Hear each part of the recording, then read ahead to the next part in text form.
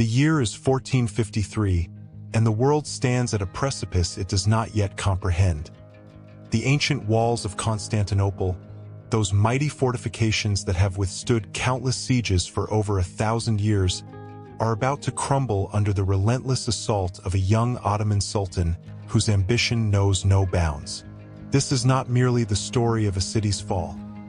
This is the tale of how a single event in the spring of that fateful year would redraw the maps of empires, redirect the flow of commerce across continents, ignite the flames of the Renaissance, and fundamentally alter the course of human civilization in ways that echo through the centuries to our very present day. Constantinople, the jewel of the Byzantine Empire, the bridge between East and West, the guardian of ancient knowledge, the last bastion of Roman glory, stands defiant yet trembling as Sultan Mehmed II, a man barely into his 20s but possessed of an iron will and visionary genius, marshals the greatest military force the medieval world has ever witnessed. The date is April 6, 1453, when the Ottoman army, numbering perhaps 150,000 men, begins to encircle the Queen of Cities like a tightening noose.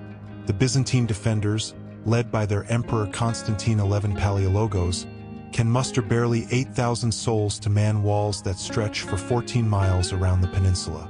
The odds are impossibly stacked, the outcome seems preordained, yet within these walls burns a defiance born of 11 centuries of survival, of orthodox faith, of the unshakable belief that God and the Virgin Mary will protect this Christian citadel as they have done so many times before. But this time is different. This time the Ottomans bring weapons that medieval warfare has never truly reckoned with, massive bronze cannons cast by a Hungarian engineer named Urban. Guns so enormous they require teams of oxen to transport and can hurl stone balls weighing over half a ton against fortifications designed in an age when such monstrosities were unimaginable. To understand the magnitude of what is about to unfold, we must step back and comprehend what Constantinople represents to the medieval world. Founded by the Roman Emperor Constantine the Great in 330 AD on the site of the ancient Greek city of Byzantium, Constantinople has been the capital of the Eastern Roman Empire, the Byzantine Empire, for over 1,100 years. While Rome itself fell to barbarian invasions in 476 AD, Constantinople endured, becoming the richest, most cultured, most populous city in Christendom, a metropolis of perhaps 50,000 inhabitants in 1453, though once it boasted populations exceeding 500,000 in its golden age. The city's strategic location on the Bosporus Strait, controlling the sea passage between the Mediterranean and the Black Sea, has made it the focal point of international trade for centuries. Silks from China, spices from India, furs from Russia, grain from Egypt, all flow through its harbors, enriching its merchants and filling its treasury. The architectural splendor of Constantinople in the mid-15th century remains breathtaking despite the empire's long decline. The Hagia Sophia, that magnificent cathedral built by Emperor Justinian in 537 AD, still dominates the skyline with its massive dome that seems to float impossibly above the nave, a masterpiece of engineering and artistry that represents the pinnacle of Byzantine achievement. The imperial palace complex, though much reduced from its former glory, still speaks of bygone magnificence with its mosaics, its gardens, its ceremonial halls where emperors once received ambassadors from every corner of the known world. The Hippodrome, where chariot races once drew crowds of 100,000 screaming spectators, still stands as a monument to civic pride and Roman tradition. The churches, monasteries, and libraries of Constantinople house treasures of incalculable value. Ancient manuscripts preserving the works of Greek and Roman philosophers, scientists, and poets that have been lost everywhere else in Europe. Religious relics including pieces claimed to be from the true cross, icons painted by saints, the accumulated wisdom and artistic achievement of a millennium. Yet by 1453, the Byzantine Empire has shrunk to little more than the city itself and a few scattered territories. Once it stretched from Spain to Syria, from the Danube to North Africa, but century after century of warfare, internal strife, Crusader betrayal, and Ottoman expansion has reduced it to a shadow of its former self. The Fourth Crusade of 1204, when Western Christians sacked Constantinople and established a Latin empire, inflicted wounds from which Byzantium never truly recovered. Though the Byzantines reclaimed their capital in 1261, the empire's wealth and power had been irreparably damaged. The rise of the Ottoman Turks in Anatolia during the 13th and 14th centuries posed an existential threat that grew more dire with each passing decade. Under sultans like Murad I and Bayezid I, the Ottomans conquered vast territories in both Asia Minor and the Balkans, encircling Constantinople like an island in an Ottoman sea. By the early 15th century, the Byzantine emperor was effectively a vassal of the Ottoman sultan, paying tribute and watching helplessly as his empire dwindled to irrelevance. The accession of Mehmed II to the Ottoman throne in 1451, following the death of his father Murad II, marks the beginning of the endgame for Constantinople. Mehmed is just 19 years old but has already ruled once before during a brief period when his father abdicated, and that experience taught him harsh lessons about the necessity of absolute power and the dangers of appearing weak. Mehmed is a complex figure, a man of contradictions who embodies both the warrior spirit of his nomadic Turkish ancestors and the sophisticated culture of the Islamic world. He speaks Turkish, Arabic, Persian, Greek, and Latin, reads voraciously about history and philosophy, writes poetry, and patronizes scholars and artists.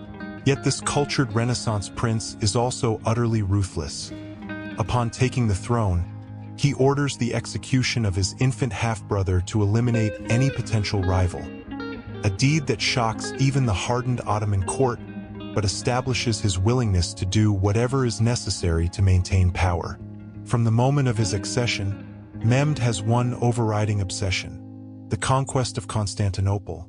This city has been the ultimate prize for Muslim rulers since the earliest days of Islam, besieged by Arab armies in the 7th and 8th centuries without success, always the goal that eluded even the mightiest caliphs and sultans. Mehmed sees its conquest not merely as a military objective but as his destiny, the achievement that will mark him as the greatest ruler in Islamic history and establish Ottoman legitimacy as the true successor to Rome itself. He studies the city's defenses meticulously, poring over maps and reports, consulting with engineers and veterans of previous sieges. He learns that the land walls, built by Emperor Theodosius II in the 5th century, consist of 3 defensive lines with moats and towers, considered the most formidable fortifications in the world, never successfully breached by direct assault in 1,000 years. The sea walls along the Golden Horn and the Marmara coast are less imposing but protected by the Byzantine navy and the chain barrier across the Golden Horn that prevents enemy ships from entering that harbor. Mehmed's preparations for the siege are meticulous and reveal his strategic genius. He begins by securing his borders and neutralizing potential threats, making peace with Venice and Hungary to ensure they cannot interfere during the siege, though the Venetians have substantial trading interests in Constantinople and the Hungarians are concerned about Ottoman expansion into Europe. In the summer of 1452, Mehmed orders the construction of a fortress on the European shore of the Bosporus at its narrowest point, directly across from an earlier fortress built by his great-grandfather on the Asian side. This new fortress, called Rumeli-Hizari or the Fortress of Europe, is completed in an astounding 4 months through the labor of thousands of workers and serves a dual purpose. First, it allows the Ottomans to control all ship traffic through the Bosporus, cutting off Constantinople's sea access to the Black Sea and the grain supplies from southern Russia that the city depends upon. Any ship attempting to pass without permission is fired upon by the fortress's powerful cannons, and when a Venetian vessel tries to run the blockade in November 1452, it is sunk and its surviving crew beheaded, their captain impaled as a warning to others. Second, the fortress demonstrates Mehmed's determination and serves as an assembly point and supply depot for the coming siege. Emperor Constantine sends ambassadors to protest this construction, but Mehmed refuses to even receive them, making his intentions brutally clear. The Byzantines watch these preparations with growing dread, sending desperate appeals for help to the Christian powers of Europe. Constantine writes to the Pope, to Venice, to Genoa, to Hungary, to the Holy Roman Emperor, begging for military assistance, offering in exchange the unification of the Orthodox and Catholic churches, a concession that many of his own subjects view as heresy and betrayal. The response from the West is disappointing. The Pope sends a cardinal and a small force of soldiers. Venice and Genoa send a few ships and some troops, mostly to protect their own commercial interests, but no major crusade materializes to save Constantinople. The reasons for this Western inaction are complex. Europe is fragmented and exhausted from the 100 Years' War, from internal conflicts, from the devastating effects of the Black Death that killed 1/3 of the population in the previous century, and many Western Christians harbor deep resentment toward the Byzantines for their refusal to accept papal authority and for what is seen as past betrayals. Moreover, the distance and difficulty of mounting a major expedition to the eastern Mediterranean, combined with doubts about whether Constantinople can be saved, leads many European rulers to write off the Byzantine capital as already lost. Within Constantinople itself, the population is divided and demoralized. The emperor's agreement to church union with Rome, formalized in a ceremony at the Hagia Sophia in December 1452, alienates many Orthodox believers who would rather see the city fall to the Turks than submit to what they view as Catholic heresy. The Orthodox monk Gennadios Scholarios famously declares, "Better the Sultan's turban than the cardinal's hat," expressing a sentiment shared by many common people who see the theological differences as more important than political survival. Yet others recognize that without Western help, the city is doomed, and they reluctantly accept the union as a necessary evil. This internal discord weakens the defense before the siege even begins, creating tensions and distrust among the defenders at the worst possible time. As winter turns to spring in 1453, the Ottoman army begins to assemble around Constantinople.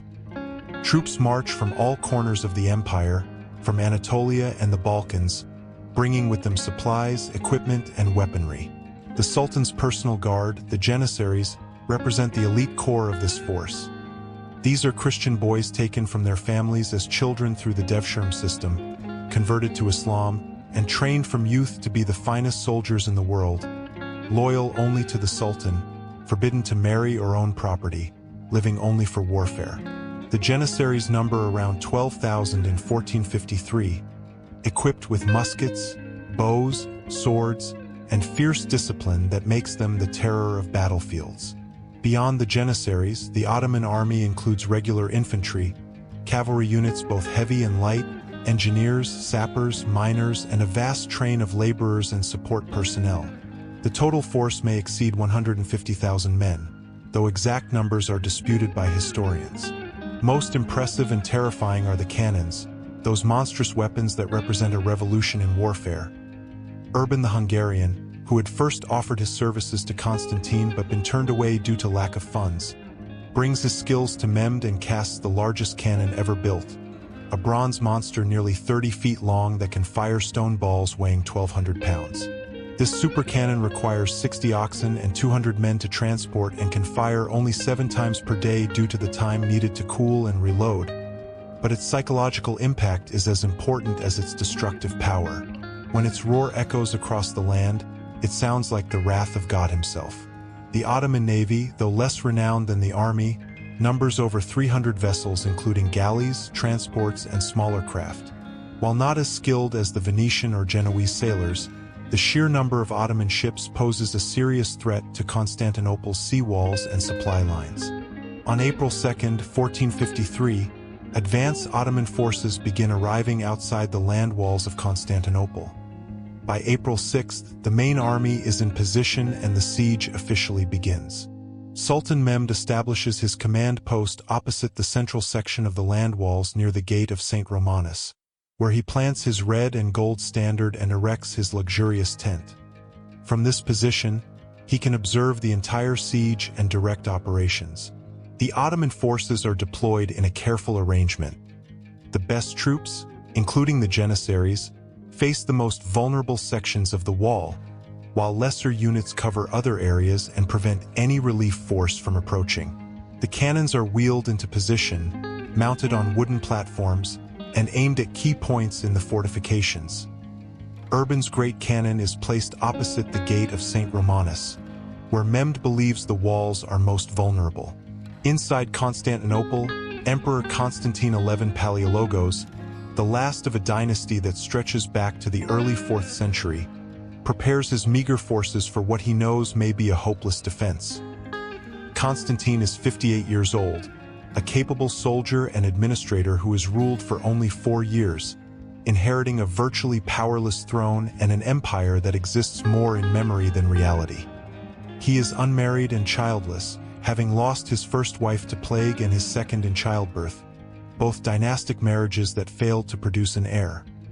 Now he stands alone, knowing that if the city falls, the Palaiologan dynasty and the 1,000-year-old Byzantine Empire die with him. Constantine displays remarkable courage and leadership in these dark days, personally touring the walls, encouraging the defenders, organizing work parties to repair damage, and maintaining morale through his visible presence and calm demeanor. He refuses to flee despite opportunities to escape, declaring that he will die with his city and his people. The defense of Constantinople rests on approximately 8,000 fighting men, a pitifully small force to man 14 miles of walls. This number includes Byzantine Greeks, Genoese and Venetian volunteers, soldiers sent by the Pope, and some Turkish troops who have fled Ottoman service. The most important foreign contingent is led by Giovanni Giustiniani Longo, a Genoese soldier of fortune who arrives in January 1453 with 700 well-armed men and immediately takes charge of organizing the defense. Giustiniani is a professional, experienced in siege warfare, and Constantine gratefully grants him command of the land walls, the most critical sector. The Venetian community in Constantinople, led by their Bailo Girolamo Minato, contributes ships and men, though there is considerable tension between the Venetians and Genoese due to their commercial rivalry. The Genoese colony in Galata, across the Golden Horn from Constantinople, officially declares neutrality, though many individual Genoese choose to join the defense. The defenders face the daunting task of manning walls that stretch far beyond their numbers. The solution is to concentrate forces at the most threatened points while leaving long stretches thinly defended or even empty, relying on lookouts to provide warning if the Ottomans attack unexpected sectors. The land walls, despite their age, remain formidable. They consist of an outer wall 40 feet high with towers, a second inner wall 60 feet high with larger towers, and a deep moat in front, creating a defensive system of frightening depth. However, centuries of neglect and earthquake damage have left sections weakened, and the Byzantines lacked the resources to fully repair all damage. Moreover, the walls were designed for an era of battering rams and siege towers, not massive cannons that can pound the same spot repeatedly until the masonry crumbles. The sea walls are less imposing, generally only a single line of defense, but the Byzantines control the waters with their small navy of 26 ships, including large Venetian and Genoese vessels that can challenge any Ottoman attempt to force the harbors. The Golden Horn, that remarkable natural harbor on the northern side of the city, is protected by a massive chain stretched across its mouth between Constantinople and Galata, preventing enemy ships from entering. This chain, supported by wooden floats, has protected the Golden Horn for centuries and represents a key element of the city's defenses, as the sea walls along the Golden Horn are the weakest of all the fortifications. On April 6th, the bombardment begins. The Ottoman cannons open fire, and the earth shakes with the thunder of their discharge. Urban's great cannon fires its first shot, the massive stone ball arcing through the air and smashing into the walls near the gate of St. Romanus with devastating impact. The ball punches through the outer wall, sending debris and dust flying, and when the smoke clears, a visible breach has been opened. The defenders rush to repair the damage, piling rubble, timber, and earth to fill the gap, working frantically through the night. But the next morning, the cannons fire again, undoing the repairs and creating fresh damage. This becomes the grim pattern of the siege. By day, the Ottoman artillery pounds the walls relentlessly, creating breaches and wearing down the fortifications, while by night, the defenders work desperately to repair the damage, hauling materials, shoring up weak points, building wooden palisades behind broken sections. The physical and psychological toll on the defenders is immense, The constant noise, the lack of sleep, the fear of sudden death from a cannonball or arquebus shot, the dwindling food supplies, all combine to create an atmosphere of grinding exhaustion and mounting dread. Yet the defenders fight on with remarkable courage and determination, inspired by their emperor's example, by their faith, by their love for their city, and by the certain knowledge that if Constantinople falls, they can expect no mercy from the Ottoman soldiers who will be granted the customary 3 days of pillage and plunder. The siege settles into a brutal routine. Each day brings bombardment, repair work, small skirmishes, and failed assault attempts. The Ottomans try multiple tactics to break through. They send wave after wave of infantry against the walls, probing for weak points, testing the defenders' resolve, trying to exhaust them through constant pressure. These assaults are typically beaten back with heavy Ottoman casualties, as the defenders rain down arrows, stones, boiling oil, and Greek fire on the attackers below. Greek fire, that mysterious incendiary weapon that has been a Byzantine secret for centuries, proves particularly effective, as it burns even on water and cannot be extinguished by conventional means. The Ottoman miners, skilled engineers from Serbia and elsewhere, dig tunnels beneath the walls, attempting to create underground passages that will allow troops to enter the city or to plant explosives that will collapse sections of wall. But the defenders employ their own miners, including a Scottish engineer named Johannes Grant, who digs countermines to intercept the Ottoman tunnels. Underground battles take place in claustrophobic darkness, desperate hand-to-hand fighting with knives and axes in narrow passages lit only by torches, brutal struggles where no quarter is given and no mercy shown. The mining war claims hundreds of lives on both sides and ultimately fails to achieve any major breach, as the defenders prove adept at detecting and neutralizing the Ottoman tunnels. Sultan Mehmed grows increasingly frustrated as the siege drags on through April without a decisive breakthrough. His commanders suffer heavy casualties in the daily assaults, the defenders prove far more resilient than expected, and worse, his own position at home becomes precarious the longer the siege continues without success. Ottoman politics are treacherous, filled with powerful factions and potential rivals who would love to see the young sultan fail. Mehmed knows that if he abandons the siege, his authority and perhaps his life will be forfeit. Yet if he continues to waste men and resources without result, the same fate may await him. He drives his army harder, ordering more frequent and intense bombardments, demanding that his generals find a way to break through. He executes officers who fail him, offers rewards to those who show initiative, and personally leads reconnaissance missions to inspect the walls and identify weaknesses. One of Mehmed's most audacious and ingenious strategies involves the Ottoman Navy's failure to force the boom across the Golden Horn. After several attempts to break the chain are repulsed by the Byzantine and Allied ships defending it, Mehmed conceives a plan that seems impossible: to transport his ships overland from the Bosporus around Galata and down into the Golden Horn, bypassing the chain entirely. On the night of April 21st to 22nd, in an incredible feat of engineering and logistics, Ottoman crews haul 70 ships out of the water at a cove on the Bosporus called the Double Columns, place them on cradles with greased wooden rollers, and drag them using teams of oxen and hundreds of men over a hill and down the other side to the Golden Horn, a distance of nearly a mile over difficult terrain rising 200 feet in elevation. The Byzantine defenders awake on the morning of April 22nd to the astonishing and demoralizing sight of Ottoman ships floating in the Golden Horn, their safe harbor now violated, their sea walls now threatened. The psychological impact of this achievement is as significant as its tactical value, demonstrating Mehmed's resourcefulness and determination while showing the defenders that no sanctuary is safe. The Byzantines attempt to destroy the Ottoman fleet in the Golden Horn through a night attack on April 28th, sending ships with Greek fire to burn the enemy vessels. But the attack is betrayed by Genoese informants in Galata who secretly support the Ottomans to protect their commercial interests.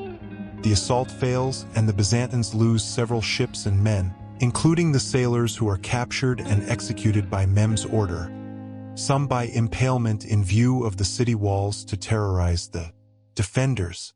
With Ottoman ships now in the Golden Horn, the defenders must spread their already thin forces even more thinly to cover the vulnerable sea walls along that harbor. This is exactly what Mehmed intended, to stretch the defense to the breaking point by threatening multiple sectors simultaneously. As May arrives, the situation inside Constantinople grows increasingly desperate. Food supplies dwindle, and rationing becomes stricter. The constant bombardment has created numerous breaches in the land walls, though the defenders continue to plug them with desperate nighttime repairs. The population grows hungry, exhausted, and fearful, and rumors spread of omens and portents predicting the city's fall. A partial lunar eclipse on May 22nd is interpreted as the fulfillment of an ancient prophecy that Constantinople would never fall under a full moon. Religious processions carry sacred icons through the streets to invoke divine protection, but during one such procession, an icon of the Virgin Mary falls from its platform and lies in mud, which the superstitious interpret as a sign that even the Theotokos has abandoned the city. Strange weather phenomena, including thick fog that blankets the city unseasonably, add to the apocalyptic atmosphere. Some witnesses claim to see strange lights glowing around the dome of the Hagia Sophia, interpreted by some as divine favor, but by others as the Holy Spirit departing from the doomed city. Emperor Constantine, though privately despairing, maintains his public composure and continues to rally his people. He visits different sections of the walls each day, speaks to the soldiers, thanks them for their service, and shares their dangers and hardships. Constantine knows that time is not on his side. Every day of siege consumes irreplaceable men and supplies while bringing no closer the relief force from the west that never comes, and meanwhile, the Ottoman army grows stronger as reinforcements arrive and the artillery systematically destroys his defenses. In late May, Mehmed makes one final offer. He sends emissaries under flag of truce proposing that Constantine surrender the city in exchange for his life and freedom, the lives of the population, and a generous tribute payment. The emperor convenes a council to discuss the offer.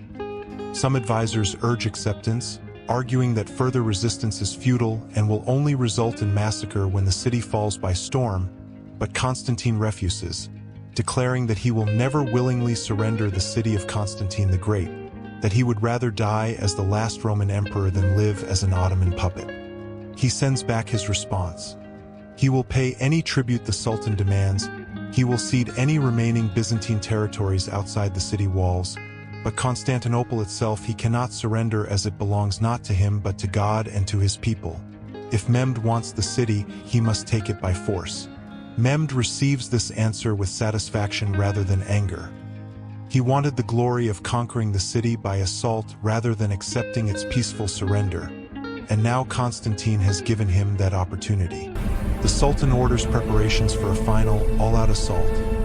Every unit of the army is alerted, supplies are stockpiled, siege equipment is repaired and readied, and the soldiers are promised the traditional 3 days of plunder if they successfully storm the city, meaning they can take whatever wealth, goods, and slaves they can seize.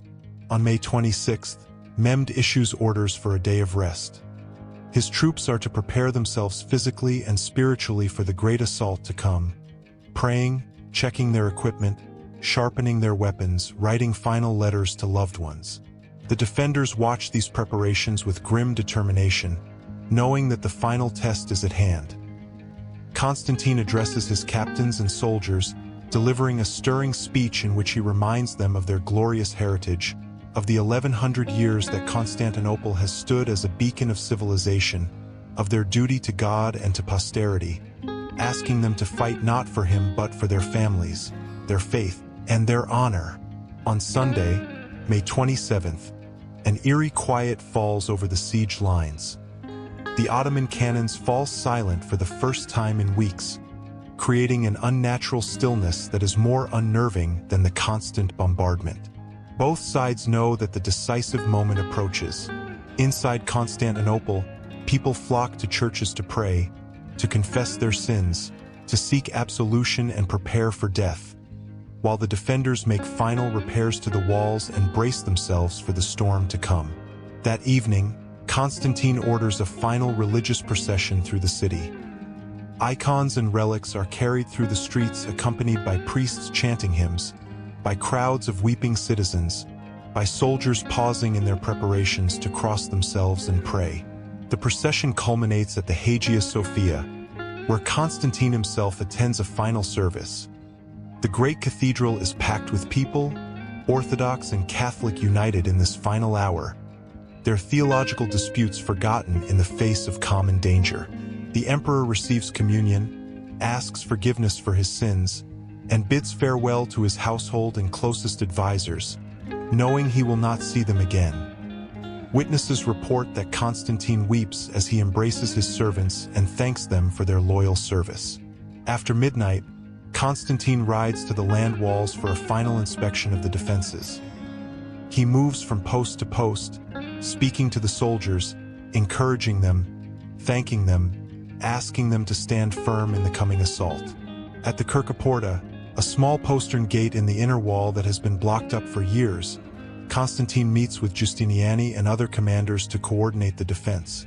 They agree that the main Ottoman attack will surely come against the central section of the land walls where the bombardment has done the most damage, and they position their best troops there. As dawn approaches on May 29, 1453, the defenders take their positions along the walls, gripping their weapons with white knuckles, peering into the pre-dawn darkness at the massed Ottoman army beyond. They can see thousands of campfires, can hear the sounds of drums and cymbals and prayers as the Ottoman soldiers prepare themselves, can sense the enormous force coiled to strike. At about 1:30 a.m., the assault begins. The Ottoman cannons roar back to life, creating a thunderous bombardment that concentrates on the land walls, especially near the gate of St. Romanus. Under cover of this artillery fire, the first wave of Ottoman infantry advances. These are the Bashibazuks, irregular troops, poorly armed and armored conscripts from across the empire, sent forward as cannon fodder to exhaust the defenders, to test their strength, to fill the moat with their bodies if necessary. The Bashibazuks advance with more enthusiasm than discipline, screaming war cries, firing arrows and muskets, rushing toward the walls. The defenders respond with devastating volleys of arrows, crossbow bolts, and arquebus fire, mowing down the attackers in waves. The Bashibazuks reach the walls in some places, set up ladders, attempt to climb, but they are pushed back, their ladders overturned, boiling oil and Greek fire poured down upon them. The attack continues for 2 hours of brutal, chaotic fighting in darkness lit only by fires and muzzle flashes, but eventually, the surviving Bashibazuks break and retreat, having suffered tremendous casualties while achieving no breakthrough. Before the defenders can catch their breath, the second wave attacks. This time it is the Anatolian troops, regular soldiers from the Sultan's Asian territories, better trained and equipped than the irregulars. They advance in more disciplined formations, focusing on the damaged sections of wall, attempting to pour through the breaches. Again, the defenders fight desperately, engaging in hand-to-hand combat as Ottoman soldiers reach the top of walls or fight in the rubble-filled breaches. Giustiniani is everywhere along the central walls, directing the defense, rallying wavering troops, personally fighting with sword and mace. His Genoese soldiers fight magnificently, giving no ground despite being heavily outnumbered. For another 2 hours, the battle rages with terrible intensity. The defenders suffer mounting casualties but hold their positions, throwing back every assault, maintaining the integrity of their defensive line. The Ottoman troops, despite their numbers and courage, cannot break through the desperate resistance. Finally, as dawn breaks around 5 a.m., this second wave also retreats, leaving the ground before the walls carpeted with dead and wounded. But Mehmed is not finished. He has reserved his best troops, the Janissaries, for the final blow when the defenders are exhausted from hours of fighting. At approximately 5:30 a.m., as the sun rises on what will be the last day of Byzantine history, the Janissaries advance. 12,000 of the finest soldiers in the world, fresh and ready, moving forward with disciplined precision to the sound of drums and trumpets. The Janissaries are terrifying in their advance, not screaming or rushing like the earlier waves but marching steadily, firing their muskets in organized volleys, maintaining formation even under heavy fire from the walls. Their discipline and firepower are unlike anything the exhausted defenders have faced this night, and for the first time, the defensive line begins to waver. The Janissaries concentrate on the most damaged section of wall near the gate of St. Romanus, where Urban's great cannon has done its devastating work. They storm the outer wall, overrun the Barbican, and begin fighting their way through the rubble toward the inner wall. At this critical moment, disaster strikes the defense. Giustiniani, fighting in the front lines as always, is struck by a bullet or crossbow bolt that penetrates his breastplate and wounds him grievously. The Genoese commander, in terrible pain and losing blood, asks permission to withdraw for medical treatment. Constantine pleads with him to stay, knowing that his departure will demoralize the troops, but Giustiniani insists he can no longer fight and must seek a surgeon. The emperor reluctantly orders the Kirkoporta gate to be opened so that Giustiniani can be carried down to a ship that will take him to a Genoese vessel in the harbor. The wounded commander's retreat immediately impacts the defense as his soldiers, seeing their leader carried away, lose heart and many abandon their posts to accompany him or simply flee. This creates a dangerous gap in the defensive line at the worst possible moment. Moreover, in the confusion of opening and closing the Kirkoporta gate, some accounts claim the gate is left unlocked or ajar, though this detail is disputed by historians. What happens next remains somewhat unclear due to conflicting sources, but the most widely accepted account states that a small group of Janissaries, perhaps 50 men, discover that the Kirkoporta gate is not properly secured. They force it open and pour through into the space between the inner and outer walls. These Janissaries raise Ottoman flags on the walls, creating panic among nearby defenders who believe the city has been breached in force. More Ottoman soldiers see the flags and rush toward this opening, the trickle becoming a flood. Simultaneously, other Janissaries continue their assault on the heavily damaged section of wall near St. Romanus, finally overwhelming the depleted defenders there and breaking through. Within minutes, hundreds and then thousands of Ottoman soldiers are inside the walls, fanning out, attacking the defenders from behind, opening gates to let in more of their comrades. The Byzantine defense, so courageously maintained through the long night, suddenly and catastrophically collapses. Soldiers abandon their posts and flee toward the harbors, hoping to reach ships before the city is overrun. Others retreat into churches or homes to make final stands or to hide. Emperor Constantine XI, seeing that the battle is lost, that his city is falling, makes the decision that will define his legacy. He tears off his imperial regalia, the purple cloak and crown that mark him as Basilius, and discards them so he will die as a simple soldier rather than be captured and paraded as a trophy. According to the most reliable accounts, Constantine speaks final words to his companions. "The city is fallen and I am still alive," then draws his sword and charges into the mass of Ottoman soldiers pouring through the breach, fighting until he is cut down and killed in the melee. His body is never definitively identified, buried somewhere among the thousands of dead that litter the walls, dying as he promised he would with his city and his people. Constantine XI Palaiologos, the last Roman emperor, dies a soldier's death in the rubble of Constantinople's walls, a fitting if tragic end to an empire that began with Augustus Caesar 14.5 centuries before. With the emperor dead and the walls breached, the sack of Constantinople begins.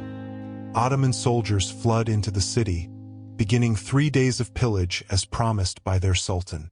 The scenes that follow are of almost unimaginable horror as the soldiers, crazed by battle lust and the promise of plunder, rampage through the streets. They break into homes, seizing anything of value, taking women and children as slaves, killing men who resist. The churches become particular targets as soldiers search for gold and silver ornaments, sacred vessels, anything that can be sold or melted down. Ancient icons are torn from walls, manuscripts are destroyed or scattered. The accumulated treasures of centuries are looted or vandalized. Many citizens flee to the Hagia Sophia, believing the ancient prophecy that an angel will descend to save the city when it faces its final hour. Thousands crowd into the great cathedral, barring the doors, praying desperately for divine intervention that never comes. Ottoman soldiers break down the doors and swarm into the Hagia Sophia.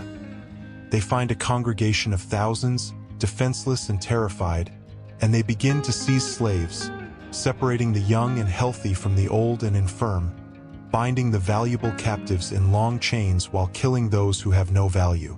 The great cathedral, the architectural wonder that has stood for 900 years as the heart of Orthodox Christianity, is desecrated as soldiers stable their horses at the altar, as the marble floors run with blood, as the mosaics are defaced and the furnishings smashed or stolen. It is one of history's great cultural tragedies, the violation of a sacred space that represented the pinnacle of Byzantine achievement. Yet amidst the horror, there are also acts of mercy and humanity. Some Ottoman soldiers protect civilians who surrender peacefully. Some officers restrain their men from the worst excesses. Some wealthy Ottomans purchase slaves at the markets and free them as acts of charity. Mehmed himself, when he enters the city later on May 29th, is appalled by the extent of destruction. He rides through streets littered with corpses, past smoldering buildings, through a city that looks like it has been ravaged by demons rather than soldiers. The young sultan, just 21 years old, surveys the ruin of the greatest city in Christendom and reportedly weeps. Despite his ambition, despite his determination to conquer Constantinople, he is shocked by the reality of what conquest means, by the transformation of a living city into a charnel house. Mehmed immediately orders an end to the looting, commanding his troops to cease their rampage even though the traditional 3 days have not elapsed. He posts guards at key buildings and monuments to prevent further destruction, orders that civilians who have taken refuge be treated humanely, and begins the process of restoring order to his new capital. The Sultan's first destination is the Hagia Sophia. He rides through the Augusta Ion, that great plaza before the cathedral where emperors once held triumph processions, and dismounts at the entrance to the building that has symbolized Byzantine power and Orthodox Christianity for nearly a millennium. Mehmed enters the Hagia Sophia and stands beneath that magnificent dome, gazing up at the mosaics and architectural marvels that have inspired awe for 9 centuries. He orders that the building be immediately converted into a mosque, commanding that the Christian imagery be covered rather than destroyed, showing a respect for the structure's historical and artistic value even as he transforms its religious function. A muezzin is ordered to climb to the top of the dome and give the call to prayer, the Islamic adhan echoing through a space that has resounded with Christian liturgy for 900 years. Mehmed himself performs the first Muslim prayer in what is now the Hagia Sophia Mosque, a symbolic act that marks the transformation of Constantinople from Christian bastion to Islamic capital. The Sultan also makes a pilgrimage to the ruins of the great palace of the Byzantine emperors, that sprawling complex that once housed the rulers of the Eastern Roman Empire. He walks through the abandoned halls and overgrown courtyards, seeing the faded mosaics and crumbling walls that speak of vanished glory, and according to legend, he quotes a Persian poem. The spider weaves the curtains in the palace of the Caesars, the owl calls the watches in the towers of Afrasiab. A melancholy reflection on the impermanence of earthly power and the inevitable decline of all empires, perhaps a moment of philosophical contemplation on whether his own Ottoman Empire will someday suffer the same fate as the Byzantine realm he has just destroyed. The human cost of Constantinople's fall is staggering and difficult to calculate precisely. Thousands of defenders died in the final assault and the preceding siege, including Emperor Constantine and many of the foreign volunteers who came to help defend the city.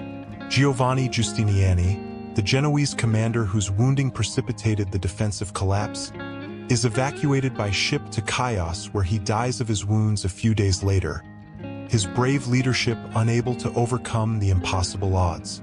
The civilian casualties during the sack are even harder to estimate. Some contemporary sources claim tens of thousands were killed, though modern historians suggest lower numbers, perhaps 4,000 deaths. still a horrific toll but less than the apocalyptic figures reported by traumatized witnesses. The enslavement of the survivors represents another dimension of the tragedy. Perhaps 50,000 people are taken as slaves, marched out of the city in long columns, bound together, to be sold in slave markets across the Ottoman Empire, families torn apart, lives destroyed even for those who physically survived.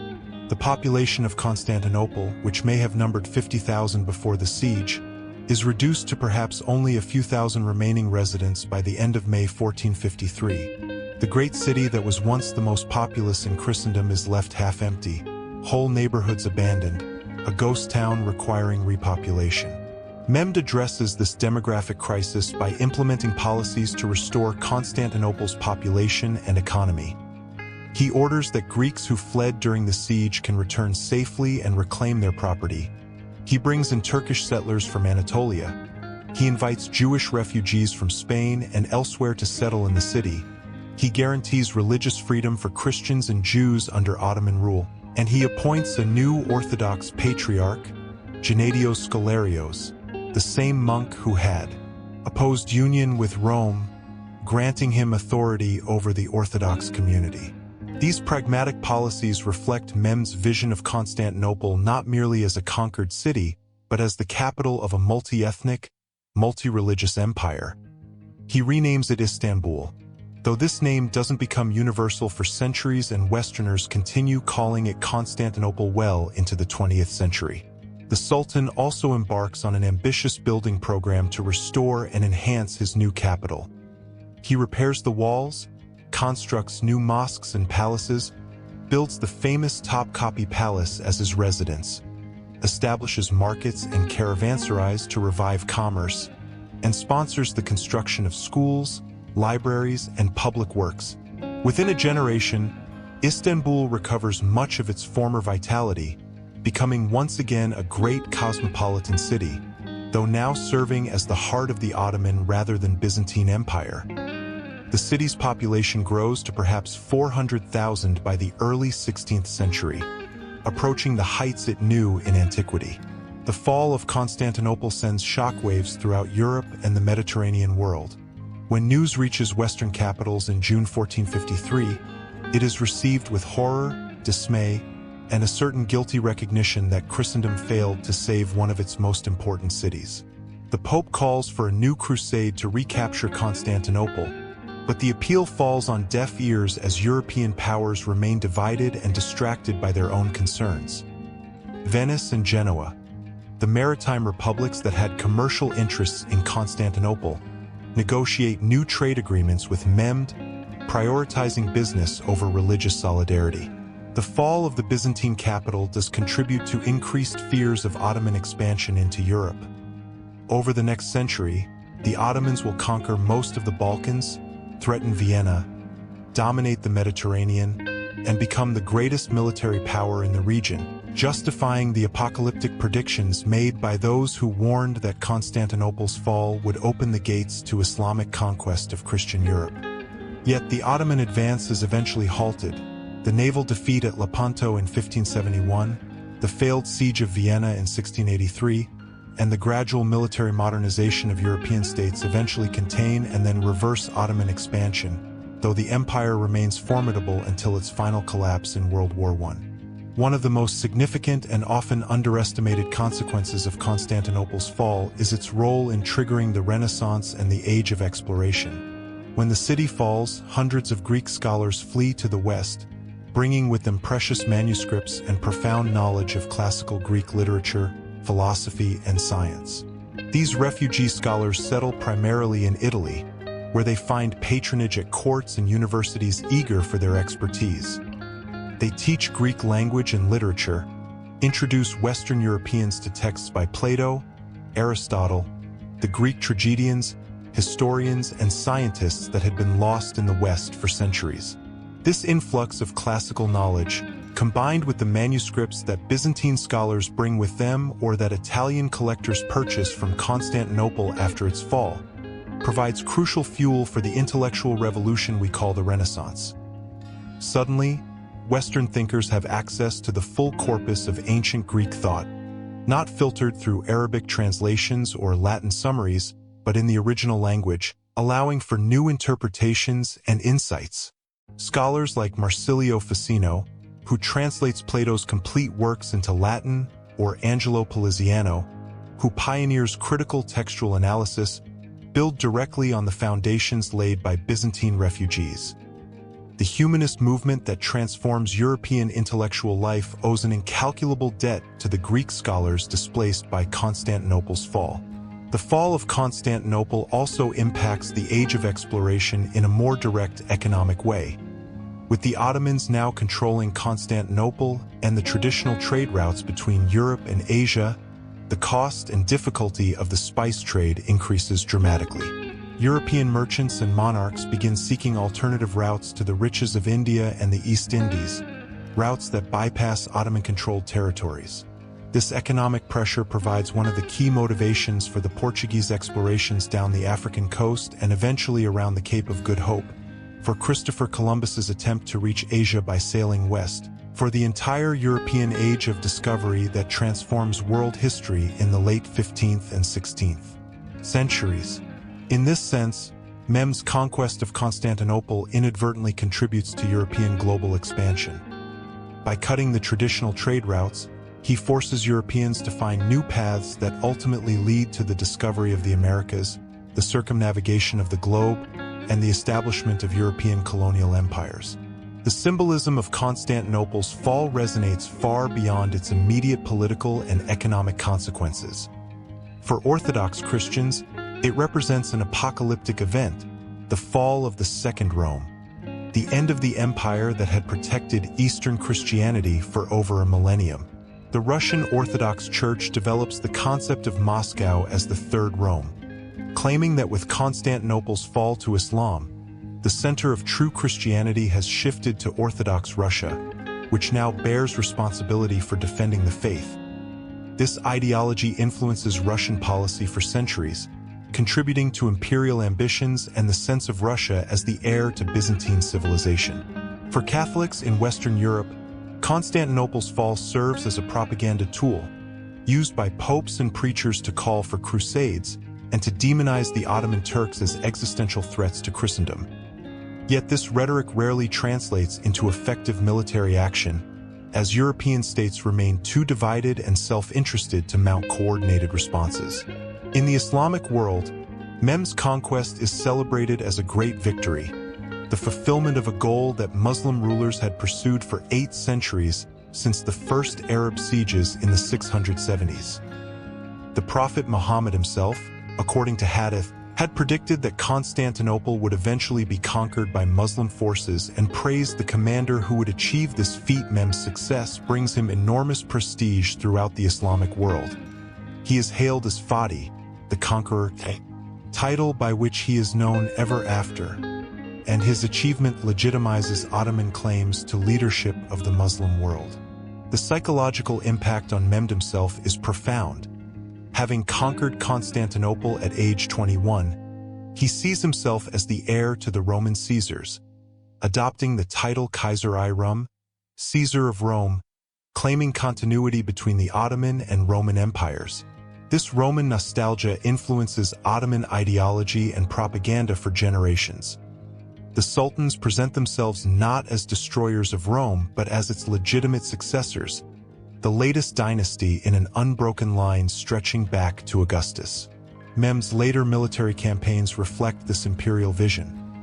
He conquers Serbia, Bosnia, much of Greece including Athens, and campaigns into Italy itself, aiming perhaps to reunite the eastern and western halves of the old Roman Empire under Ottoman rule, a grandiose ambition that exceeds even his grasp. The physical legacy of Byzantine Constantinople survives in complex ways within Ottoman Istanbul. While many churches are converted to mosques, many others are allowed to continue functioning as Christian places of worship, creating a city of mingling architectural styles and religious communities. The Hagia Sophia remains the most visible symbol of this transformation. As the Hagia Sophia Mosque, it serves as the principal mosque of the Ottoman Empire for nearly 5 centuries. Its Christian mosaics covered with plaster but preserved beneath, its architecture inspiring Ottoman mosque design, most notably Sinan's magnificent Suleimani and Blue mosques, which deliberately echo and attempt to surpass the Hagia Sophia's achievements. The land walls of Theodosius, those mighty fortifications that held for 1,000 years, remain standing but are allowed to deteriorate as they are no longer needed for defense. Earthquakes damage sections. Ottoman authorities sometimes cannibalize stones for other construction projects, and by the modern era, the walls are crumbling ruins, though substantial portions survive to this day as UNESCO World Heritage Sites.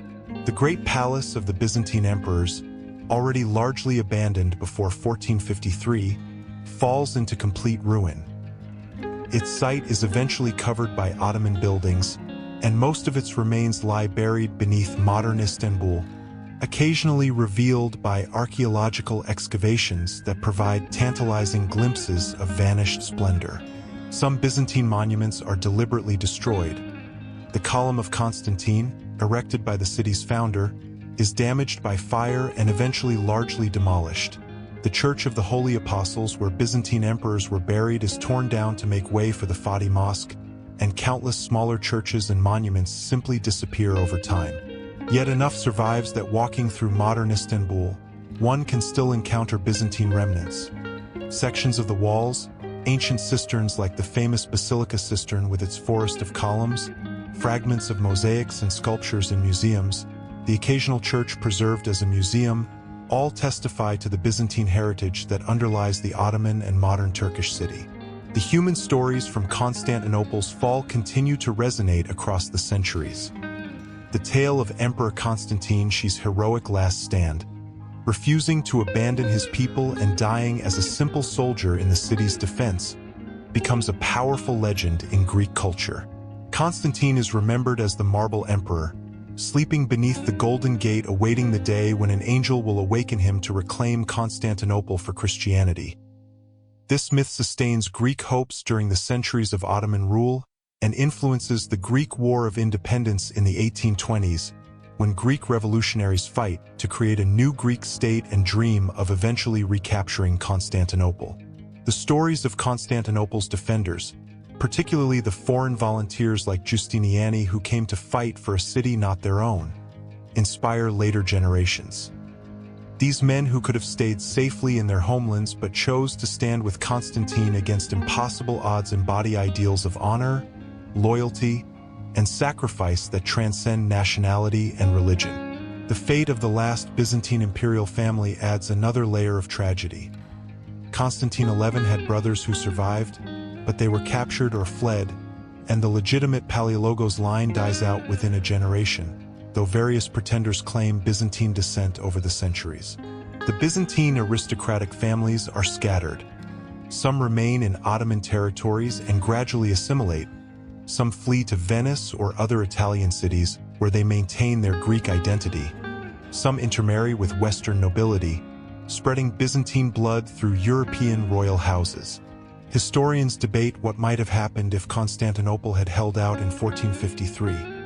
Some argue that if Giustiniani had not been wounded, if the Kirkoporta Gate had been properly secured, if the defenders had had just a few hundred more men, the final assault might have been repulsed. Would Mehmed have withdrawn after such a failure, or would he have besieged the city for months or years until starvation forced surrender? Could a relief force from the west have arrived if the siege had dragged on through the summer? These counterfactual questions are unanswerable but intriguing. Perhaps Constantinople could have survived as a Christian city for a few more years or even decades, but the fundamental military and economic imbalance between the Byzantine remnant and the Ottoman Empire made the city's fall ultimately inevitable. The Byzantine Empire by 1453 was a corpse kept animate only by the memory of past glory and the strength of its capital's walls. Once those walls fell, nothing remained to preserve the empire. Some historians see Constantinople's fall as one of history's great turning points, a moment when the medieval world truly ends and the modern era begins. The date 1453 is often used as a convenient marker for the transition from the Middle Ages to the Renaissance and early modern period. While such neat periodization is always somewhat arbitrary, There is truth to the idea that Constantinople's fall represents the end of an era. The last remnant of the Roman Empire, which had dominated the Mediterranean world for over a millennium, finally disappears. The balance of power in the Eastern Mediterranean shifts decisively toward the Ottomans, and the geopolitical map of Europe and Asia is fundamentally redrawn. The event forces Western Europeans to recognize that the old order is gone, that new powers and new realities must be confronted, that the medieval worldview centered on the preservation of Christendom against external threats has failed. In this sense, Constantinople's fall contributes to the broader intellectual and cultural transformations that characterize the transition to modernity. The legacy of May 29, 1453, extends far beyond political and military history into the realm of cultural memory and identity. For Greeks, the fall of Constantinople remains a defining trauma, commemorated annually on May 29th as a day of mourning, remembered in folk songs and popular culture, taught to children as part of their national heritage. The dream of recovering Constantinople, of seeing the Hagia Sophia restored as a Christian cathedral, of reclaiming what was lost in 1453, remains a powerful if unrealistic strand in Greek nationalism even today. When modern political tensions arise between Greece and Turkey, the memory of 1453 often surfaces, demonstrating how historical events can cast long shadows across centuries. For Turks, the conquest of Constantinople is a source of national pride, the achievement that established the Ottoman Empire as a great power and marked the beginning of Istanbul's role as one of the world's great cities. Sultan Mehmed the Conqueror is revered as a national hero, his image appearing on currency and in public monuments, his tomb in Istanbul a popular destination for visitors. The different commemorations and meanings attached to May 29, 1453, by Greeks and Turks illustrate how historical events become embedded in national narratives, shaped and reshaped to serve present-day identities and political purposes. The scholarly study of Constantinople's fall continues to generate new insights and interpretations. Historians examine Ottoman and Byzantine sources, archaeological evidence, and comparative siege warfare to understand the military dimensions of the siege more clearly. Recent scholarship has emphasized the technological revolution represented by the Ottoman use of gunpowder artillery, arguing that 1453 demonstrates the obsolescence of medieval fortifications in the face of cannon fire and marks the beginning of a new era in warfare. The walls that had protected Constantinople for 1,000 years simply could not withstand sustained bombardment from 15th-century artillery, and no amount of courage or skill from the defenders could overcome this technological disadvantage. Other historians focus on the economic and social dimensions, examining how the plague, the disruption of trade routes, and the demographic decline of the Byzantine Empire in its final centuries made Constantinople's fall almost inevitable regardless of military factors. By 1453, the Byzantine Empire was economically non-viable, unable to pay its soldiers, unable to maintain its infrastructure, unable to support a population sufficient to defend its enormous walls. Still, other scholars emphasize the political failures that doomed Constantinople. The Fourth Crusade's sack of the city in 1204, the bitter divisions between Orthodox and Catholic Christians that prevented effective cooperation, the failure of Western powers to provide meaningful assistance, and the inability of Byzantine emperors to forge effective alliances or secure adequate resources. From this perspective, Constantinople's fall represents not a single catastrophic event, but the culmination of centuries of decline, the final chapter in a long story of imperial exhaustion and civilizational transformation. The question of whether Constantinople's fall was a tragedy or merely an inevitable transition continues to spark debate. From the perspective of Byzantine Greeks and Orthodox Christians, the fall represents an unambiguous catastrophe, the violent destruction of a Christian empire, the loss of priceless cultural treasures, the subjugation of a population to foreign rule. From an Ottoman Turkish perspective, the conquest represents a glorious victory, the expansion of Islam, the establishment of a great multicultural empire that would dominate the region for 4 centuries. Ottoman rule brought its own cultural achievements, architectural marvels, political stability, and economic prosperity to the region. From a broader historical perspective that considers the long durée of civilizational development, Constantinople's fall can be seen as a moment of transformation rather than simple destruction. While the Byzantine Empire ended, much of Byzantine culture survived and influenced Ottoman civilization. Greek communities preserved their language and religion under Ottoman rule, and the city itself continued as a great metropolis, perhaps even more successful as Ottoman Istanbul than it had been.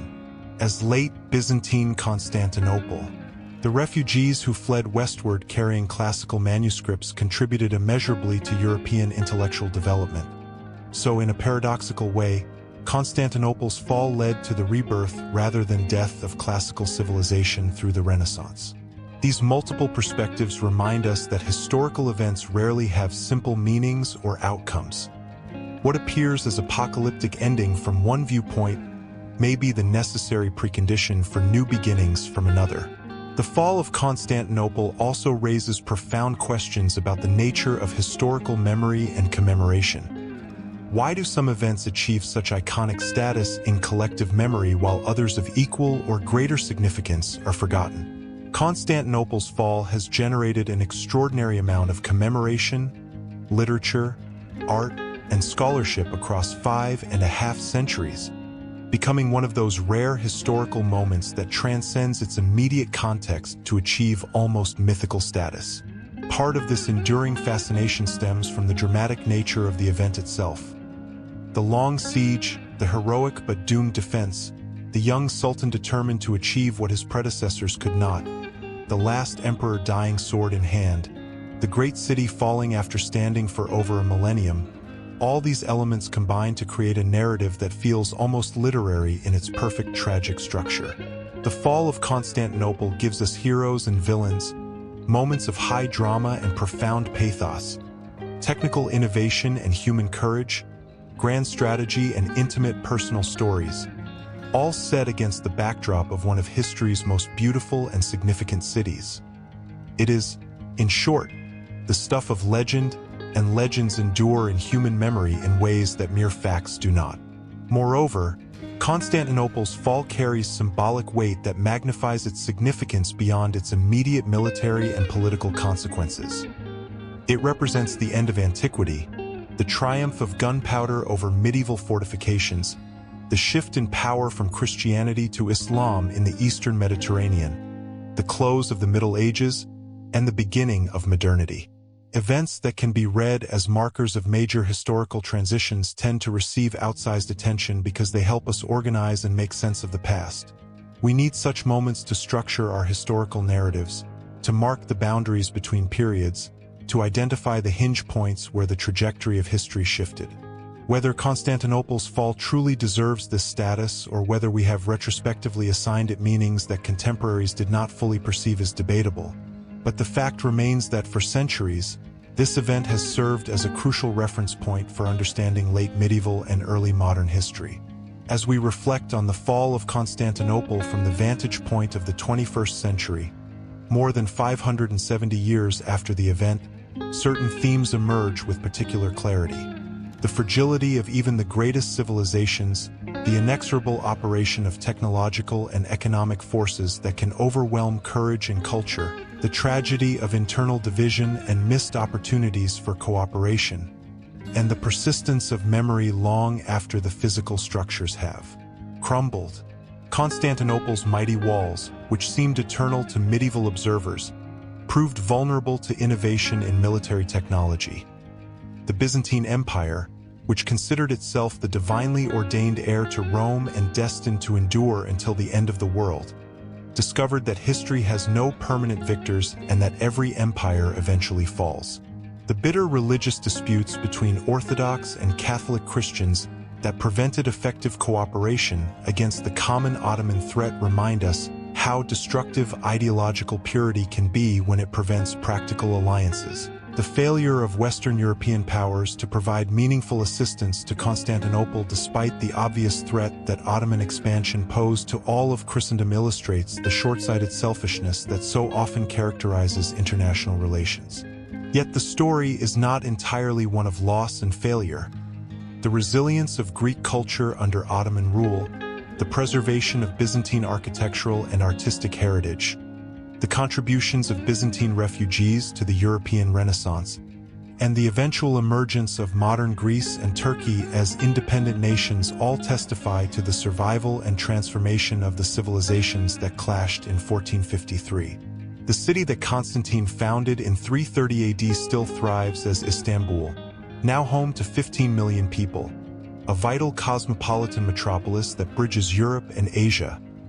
The Hagia Sophia still stands, converted to a museum in 1935 and then back to a mosque in 2020, continuing to generate controversy and passion more than 14 centuries after its construction. The fall of Constantinople reminds us that while specific political entities may perish, the human communities, cultural traditions, and physical places they embody often endure in altered but recognizable forms. In the final analysis, May 29, 1453, stands as one of those rare moments in history that genuinely deserves the adjective world-changing. The fall of Constantinople altered the balance of power in Europe and the Mediterranean, contributed to the age of exploration that would transform the entire globe, helped trigger the intellectual revolution of the Renaissance, and created cultural memories and national narratives that continue to shape identities and politics in the Eastern Mediterranean. To this day, the young sultan who conquered Constantinople at age 21 achieved far more than a military victory. He closed one era of history and opened another.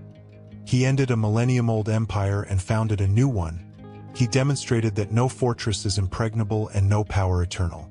Emperor Constantine XI, who died defending his city, embodied the virtues of courage, loyalty, and self-sacrifice that humans have always admired. His choice to die with his people rather than flee to safety guarantees him a place among history's most honorable figures. The common soldiers who fought on both sides, the civilians who suffered and died, the refugees who carried Byzantine culture to new homes, all these individuals whose names we mostly do not know contributed to a historical transformation whose effects ripple through the centuries to our present day. When we study the fall of Constantinople, we are not merely examining a distant event from the medieval past. We are exploring themes of rise and decline, conflict and coexistence, memory and identity that remain profoundly relevant to our contemporary world, reminding us that history is never really past but continues to shape who we are and how we understand ourselves in relation to those who came before us.